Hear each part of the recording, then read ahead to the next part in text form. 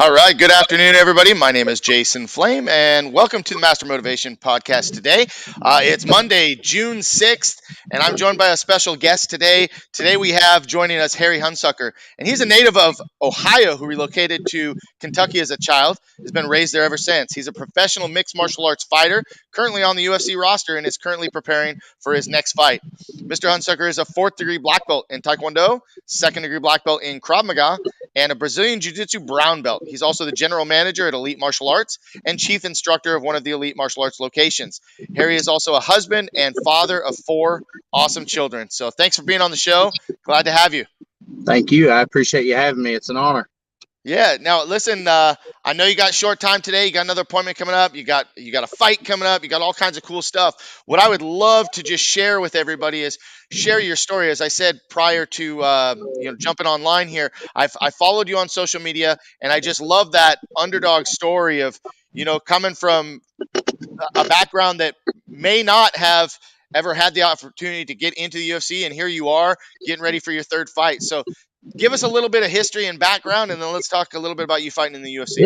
Yeah, absolutely. So, whenever I was a kid, my father was out of my life at a young age. He was in prison the majority of my life. I didn't really get to know him till about, I don't know, maybe 5, 6 years ago. And then he passed away last year due to cirrhosis of the liver. He was an alcoholic. And, so I didn't really know him my whole life. My mom got remarried a couple of times. And, whenever I was about 5 years old, we had, in the middle of the night, mom threw me and my brother Daniel in the car, and we came to Kentucky. She was in an abusive relationship. She had to find a time that she could sneak away and, get us out of that situation. So we basically came to Kentucky with nothing, but she had a little bit of cash and the clothes on our backs, and that was it. So we came down here, moved in with my grandparents for a short period of time, just until my mom could find us a place to live. And then we moved into the roughest neighborhood in the area.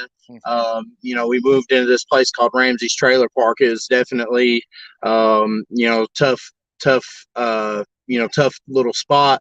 I remember our bathtub in the trailer being propped up with bricks, and it was falling through the floor, and just those bricks were holding it up.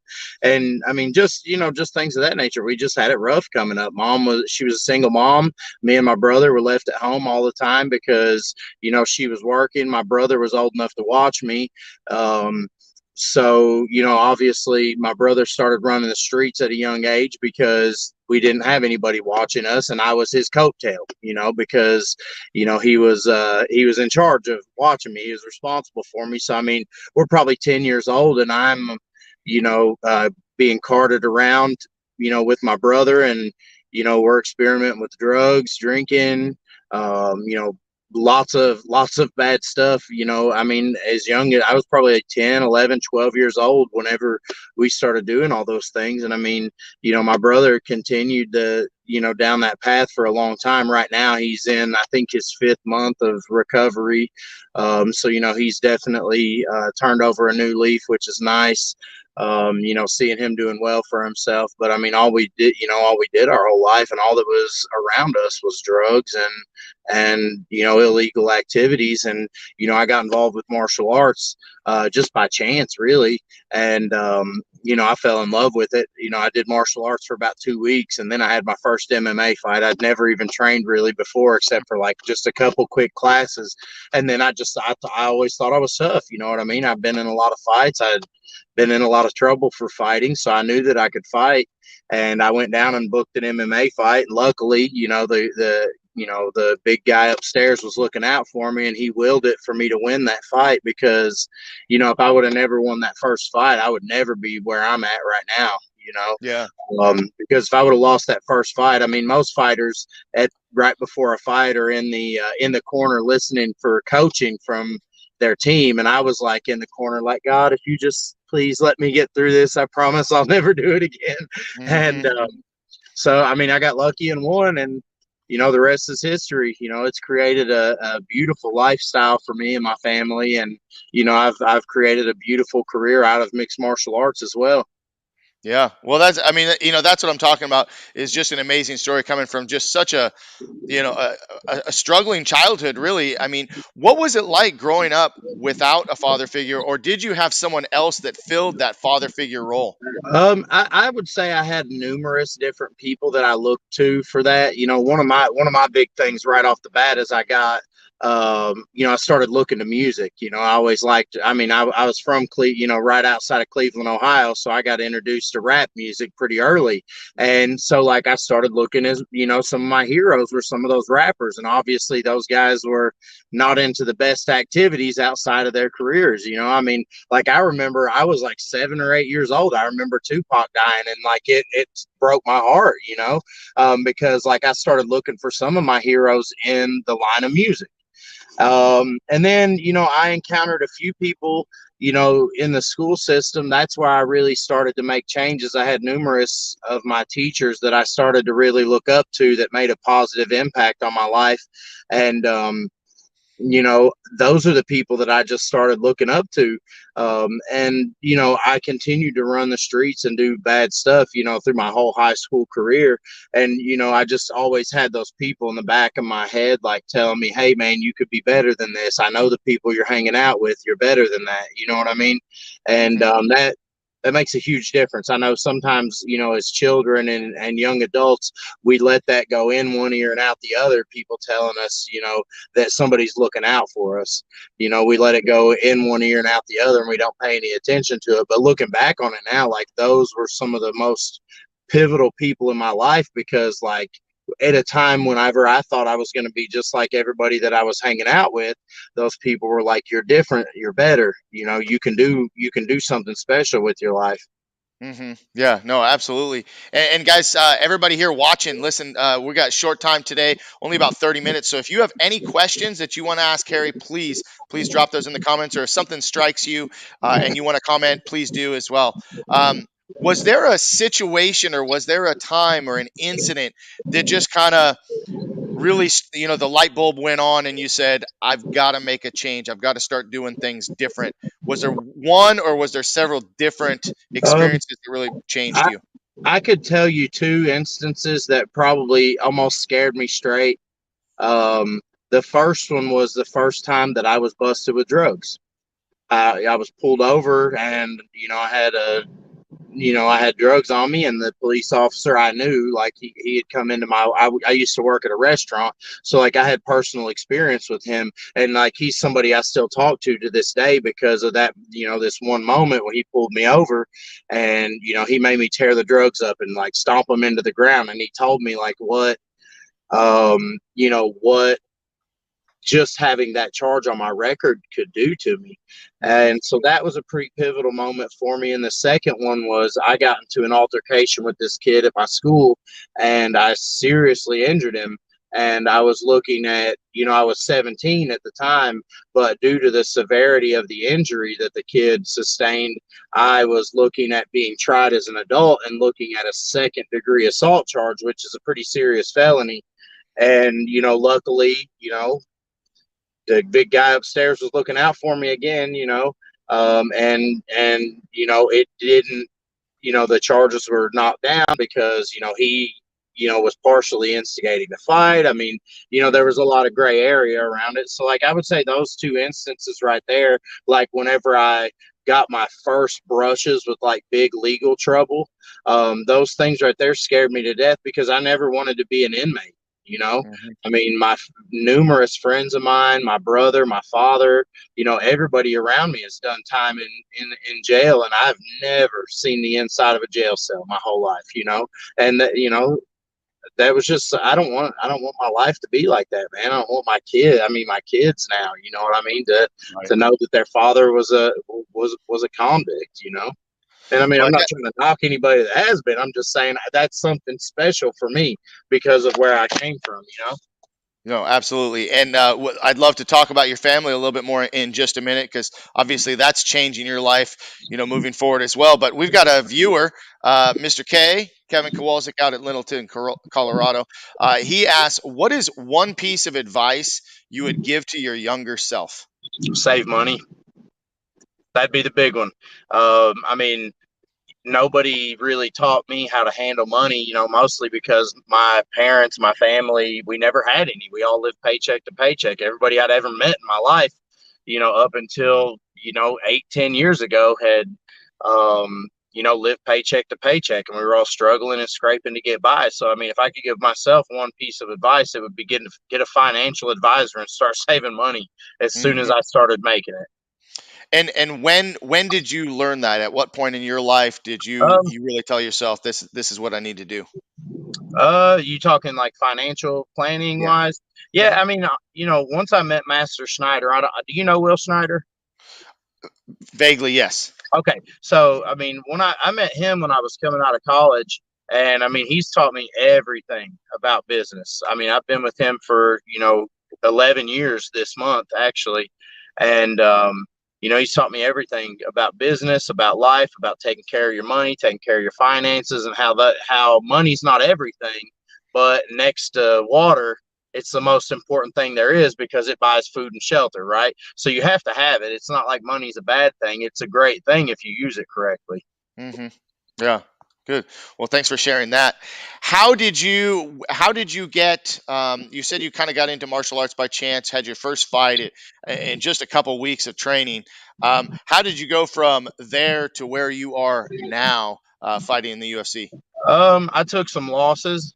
That was the important thing for me. Like, I've lost my last two fights. I'm on the highest level in the world, and there's no room for error. But in my young career, my second fight, so I came out my first fight, and like I should have lost that fight. Like, I mean, it just was. It had to be destiny or fate, whatever you call it. Like, it was meant for me to win that one fight because I came back 2 weeks later and I fought somebody that was better, and I got my arm broke, my jaw fractured, and I got choked out at all three of those right on top of each other in that second fight. And I was like, well, if I'm going to keep doing this, I need to start taking it serious. So I started doing Brazilian jiu-jitsu and taking kickboxing classes, and my arm was in a like a 90-degree angle cast, and I was Hmm. training like that. And like um I mean, like I was a 20-year-old punk kid, 19, 20-year-old punk kid. So like obviously I was like really up and down with my training, but like I really started to love martial arts at that time. And I just stayed dedicated to training because training gave me a like I don't want to say a high, you know what I mean, but it gave me that outlet or that emotional um outburst that I needed to stay away from because like at that time I was still heavily into um drug type activities, you know what I mean? And like martial arts started giving me a way to get myself away from that. Hmm. And like I saw it as like, the thing that was going to save me right now. I didn't even look in the future of it. I just looked at, hey, this is making me stay straight right now. This is making me be fit. Like there was a number of different things where I was like in it for the moment, and it was saving me in that moment. So like I just kept doing it. Right. And how did your life, as a young child, make you a better fighter? Meaning, you went through some hard times, struggled, bouncing around, moving quick to another place. But how did all of that factor into how you are as a fighter now? Yeah, I mean the big thing is that I was bullied all the time. I mean I've got a funny name. Obviously, my name's very easy to make fun of. We were poor, we didn't have much, and I was always the littlest kid there was because I was a tag along for my brother. I was the Mm, easy target for people to pick on and bully. So like I developed thick skin really quick, and then like um,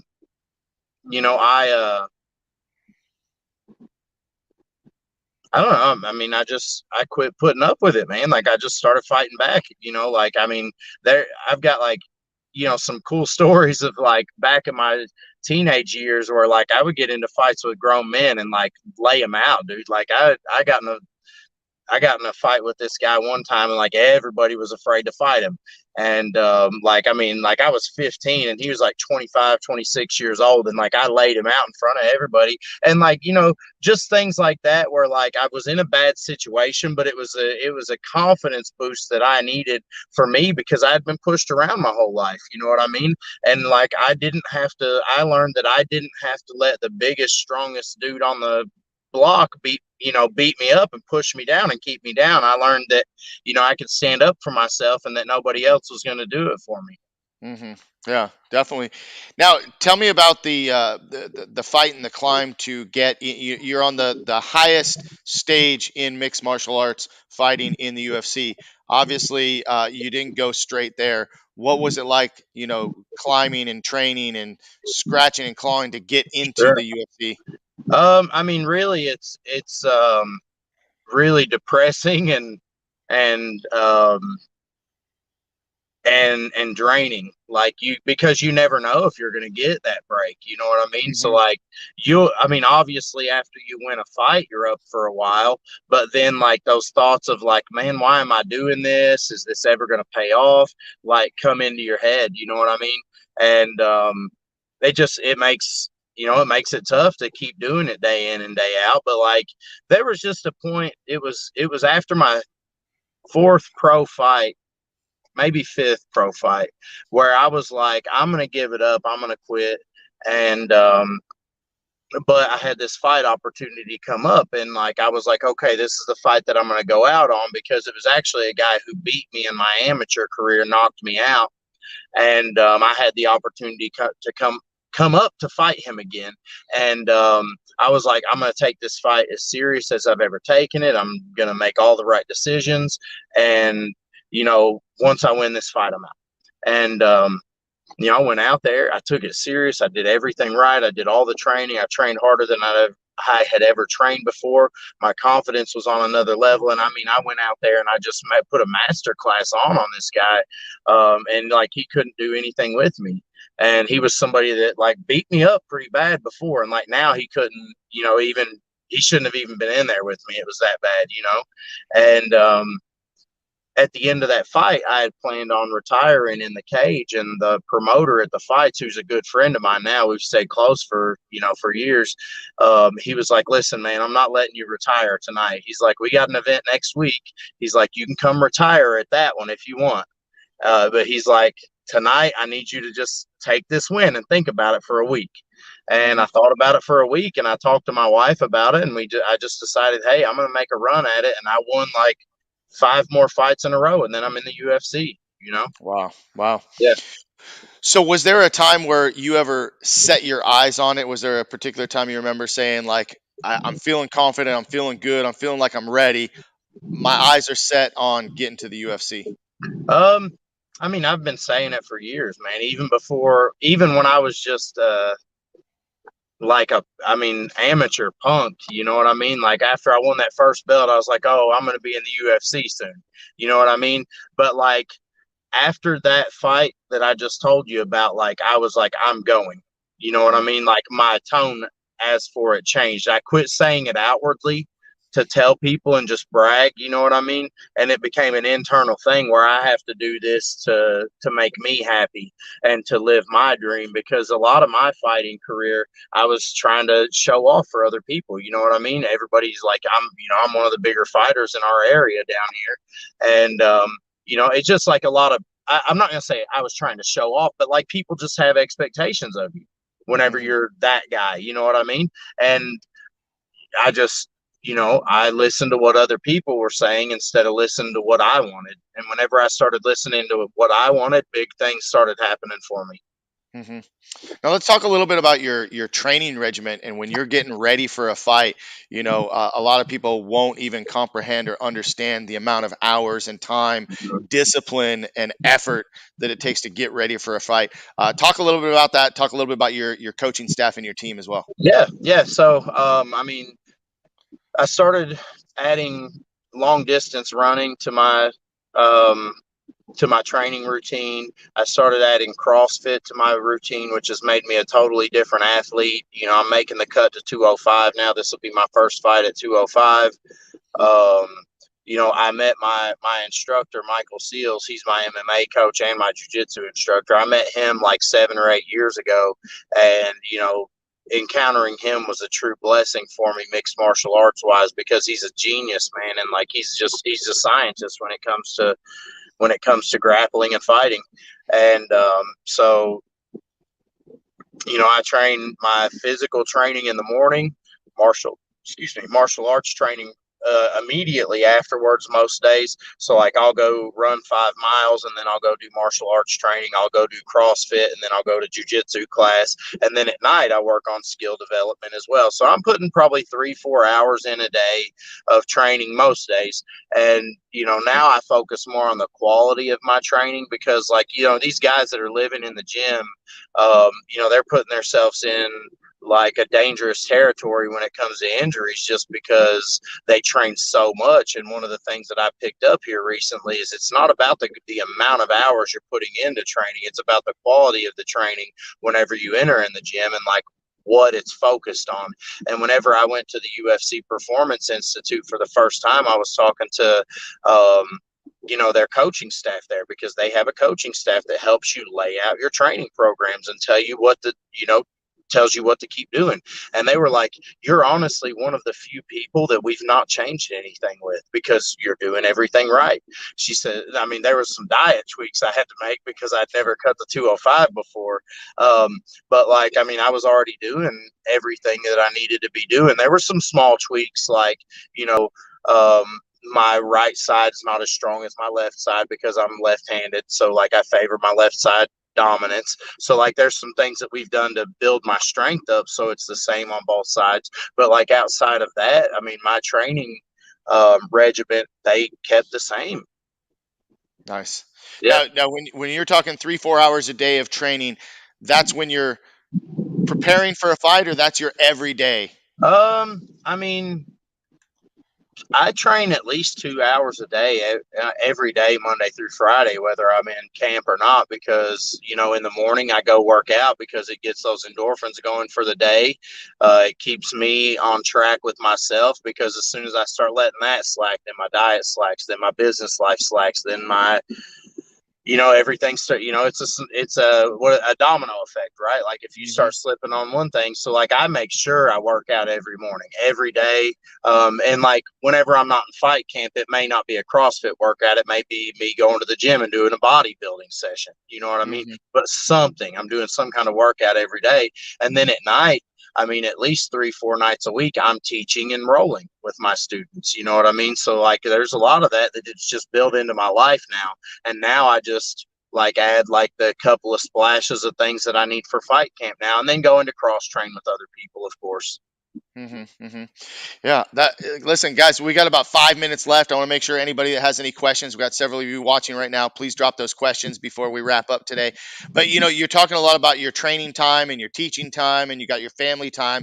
I want to know, how do you balance, the work life athlete lifestyle? How do you balance that? It's very hard. I mean, I would say the biggest balance of it is like a lot of things I'm doing. A lot of times I'm doing the things that I would love to do with my family completely exhausted.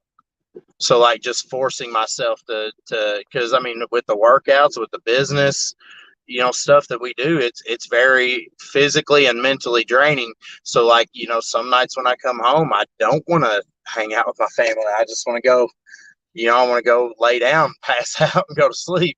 But it's making sure that, like I do the dishes for my wife, or like I go and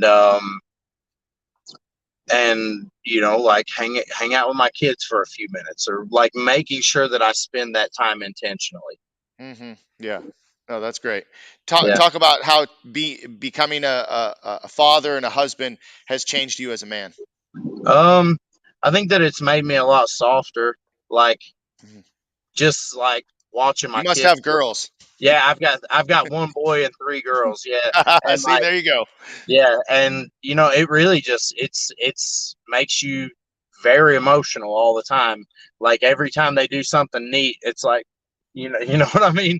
Um, and then like learning to deal with their emotions. Like I'm not a deep emotional guy on some levels. Like I get sad and get upset and cry and all that, but like my understanding of emotions is having to grow because I'm raising kids now, and like I have to understand their needs instead of just how they're making me feel. So like I think that it's made me a much more spiritually connected person, even though I'm making mistakes every single day as a father and as a husband. I'm much more connected with myself and with my family emotionally, just because if you want to be a good parent, you have to do that. Those are the things you have to do. Hmm. Hmm. Yeah, I'll tell you, I have a daughter, and that daughter pretty much melted every shred of, you Tough know, guy. Yep, macho tough guy, yep, whatever you want to call it, right? yep. It's just right from day one. The moment you hold her, it changes everything. But now, what are some things that I mean, are your children involved in martial arts? What are some things that you feel like you want to teach them as a father that maybe you didn't have as you were Yeah, growing up? yeah. I mean, I've got two rules for my well, I guess three rules. Like all of my kids have to get their black belt. That's required. If they want to quit after they get their black belt, that's totally up to them. But it's a requirement for me as a parent. They have to get their black belt. Number two, I mean, the other two rules, like I'm pretty laid back with my kids, honestly. Just be a good person and don't be lazy. I mean, you have to earn your black belt. I want you to be a good person, and you can't be a lazy person, because I mean, those are just the qualities that I want myself. I want to be a good person that like people want to come to whenever they're going through something, and I want to be somebody who can be trusted on all levels. So like, I want my kids to be that too. And then, you can't be lazy if you want to be successful in life, and if you want to have an easy life, you got to work hard. Yeah, that's for sure. That's for Yeah. sure. Well, I'll ask you this last question as we wrap things up, and I know you got to go. But earlier, Kevin asked, what was one piece of No. advice you would give to your younger self? What is one piece of advice that you would give to anyone watching this that is maybe feeling stagnant, or maybe feeling that they're at a certain level, but they want to get to the next level? What advice do you give to them? Cut out distractions. Like, I mean, there's a lot of things that can talk you into giving up. I mean, quitters are walking around us everywhere, man.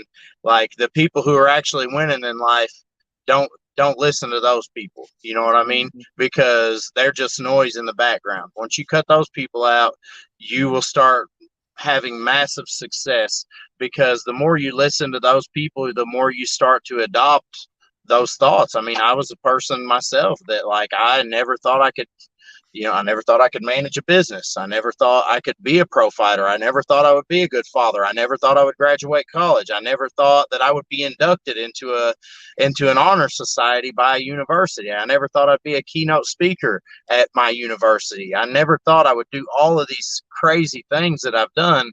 But I quit. You just got to quit doubting yourself, man, and start going after what you want to get. That's great advice. Well, I appreciate your time today and just the short chat. I'd love to chat with you again another time, but wishing you all Absolutely. the best. Looking forward to watching your next fight, and keep training hard. Thank you. I appreciate you having me on. I hope you have a good day.